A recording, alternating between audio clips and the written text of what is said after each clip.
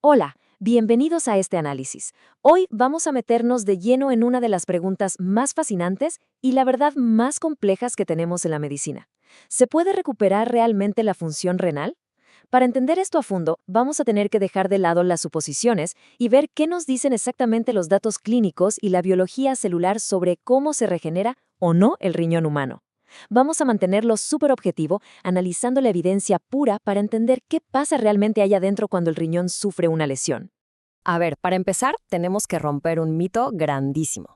Es súper común pensar que los números que vemos en un estudio de laboratorio ya nos cuentan toda la historia. O sea, pensamos, si mi creatinina sale normal, mi riñón está perfecto. Pero ojo aquí, porque los niveles de creatinina y el daño renal estructural real no son para nada lo mismo.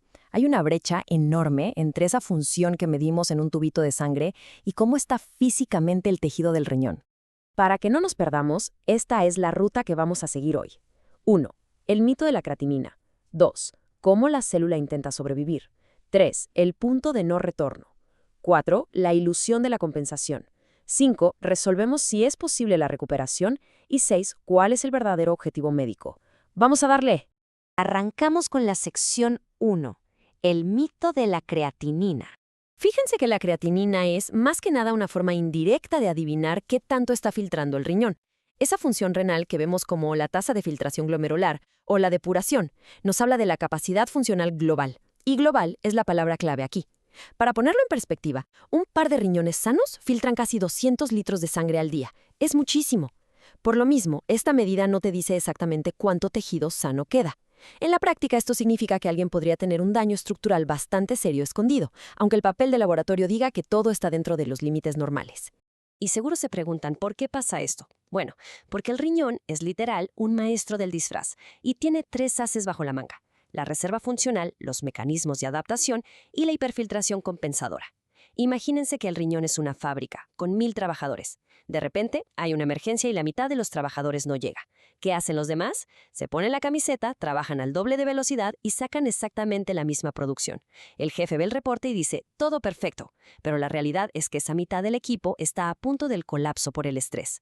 Pues el riñón hace exactamente lo mismo para ocultar que está perdiendo capacidad. Pasamos a la sección 2. La célula intenta sobrevivir. Aquí hay que entender algo clave. Que haya una lesión no significa que la célula se muere inmediatamente. Imaginen un daño inicial, algo como una deshidratación severa, una sepsis reversible o una obstrucción cortita. La célula tubular no se rinde, activa su modo supervivencia.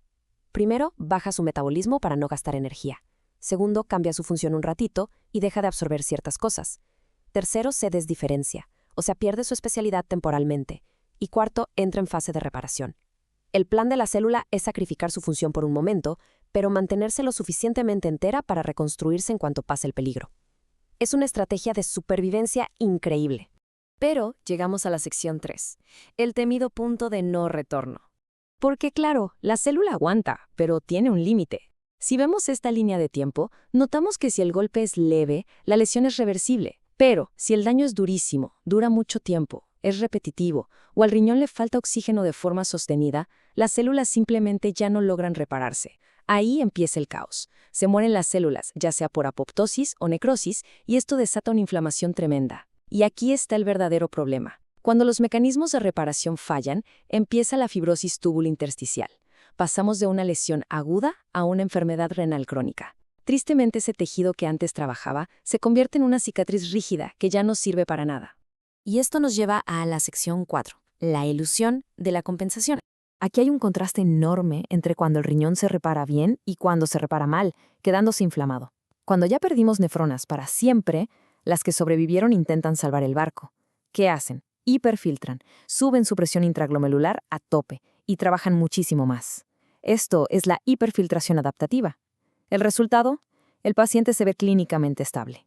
Esta compensación disfraza la devastación que hay adentro, una destrucción que sigue avanzando silenciosamente. Las células que quedan están al límite, a punto de reventar, pero desde afuera ni nos enteramos.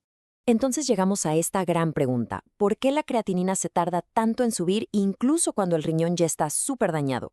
Pues justo por esa compensación tan intensa que acabamos de ver. Las nefronas están trabajando horas extras. Y ojo con esto, porque cambia toda la perspectiva. Que los niveles de creatinina mejoren no siempre significa que el riñón ya se curó al 100%.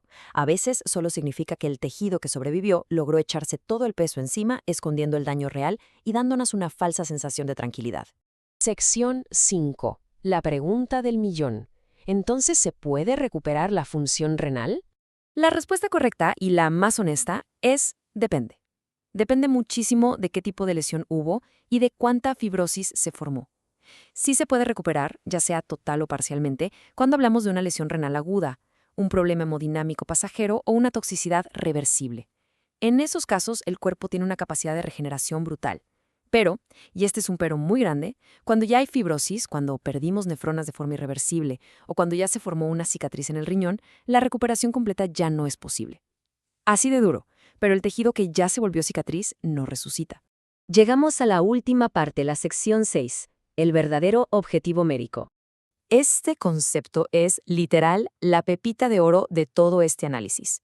A veces, médicos y pacientes nos obsesionamos con ver el laboratorio y querer que la creatinina baje exactamente al número que tenía antes.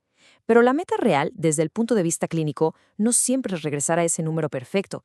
Muchas veces el verdadero objetivo es ponerle un freno al daño, cuidar como un tesoro a las nefronas que todavía están vivas y evitar a toda costa que el riñón siga formando cicatrices.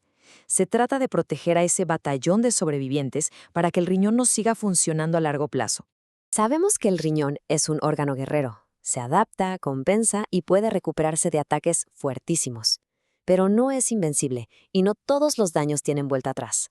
Hay una línea muy delgada entre esa etapa de supervivencia celular y el punto de no retorno del que hablábamos. Antes de despedirnos, es súper importante mencionar que toda esta investigación tan detallada, desde entender la reserva funcional hasta los complejos mecanismos de la fibrosis, viene del excelente trabajo de la doctora Claudia Villegas Peredo. Entender todo esto es indispensable para saber cómo cuidar nuestros riñones. Así que los dejamos con esta reflexión final. Si sabemos que el riñón puede adaptarse y compensar de manera tan impresionante, la verdadera pregunta para el futuro de la medicina es: ¿hasta cuándo podremos evitar que las lesiones superen su extraordinaria, pero limitada, capacidad de reparación? Nos vemos en el próximo análisis.